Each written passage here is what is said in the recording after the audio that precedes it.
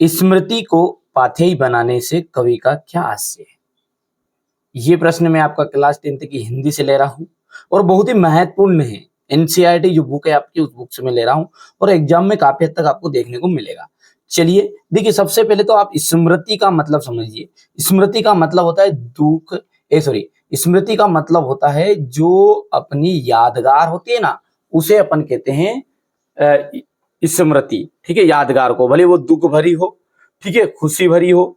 जिसे अपन आपसे पूछ रहे हैं कि आपके बचपन में जब आप छोटे से थे, जब फर्स्ट या सेकेंड क्लास में होंगे, तो आपने कौन कौन से गेम खेले, किन किन बच्चों के साथ कहाँ कहाँ घूमे, तो वो जो यादगार है, बस उस यादगार को कहते हैं अपन बेटा स्मृति। अब स्मृति को पाथेय बनाने से कवि का क्या आशय है?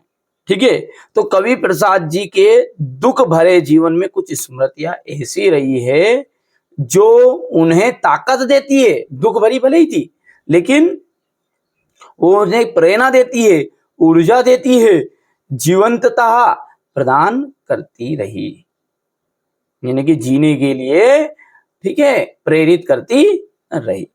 क्या बोल रहे हैं कवि प्रसाद जी यहाँ पर कि कवि प्रसाद जी के दुख भरे जीवन में कुछ ऐसी स्मृतियां भी रही है जो उन्हें प्रेरणा, ऊर्जा और जीवंतता प्रदान करती रही।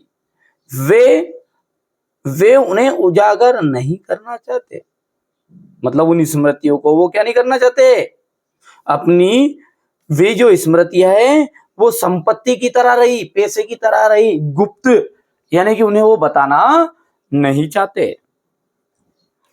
ठीक है, वे उन्हें उजागर करना नहीं चाहते।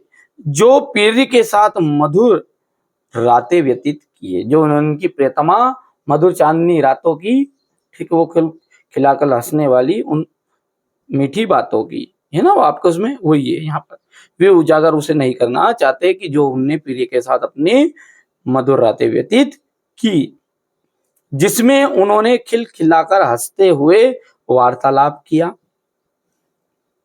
उन्हें आज भी वो याद है।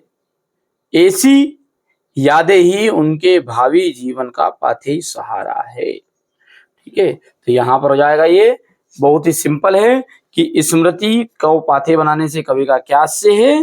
तो भैया कुछ नहीं है, दुख भरी कुछ स्मृतियां ऐसी रही जो उन्हें प्रेरणा, ऊर्जा तथा जीवंतता प्रदान करती रही। वे उन्हें उजागर नहीं करना चाहते, जो उन्होंने पीढ़ी के साथ मधुर रातें व्यतीत की, जिसमें उन्होंने खुल खिलाकर हंसते हुए वार्तालाप किया, वहां उन्हें आज भी याद है। ऐसी यादें ही उनके भावी जीवन का पाथेय सहारा है। ठीक है भैया, ये आपका इतना हो गया है। ठीक है, आराम से कंप्लीट करिएगा, स्क्रीनशॉट लीजिए। हमारा उद्देश्य यही है कि आप अच्छे अंक प्राप्त करें।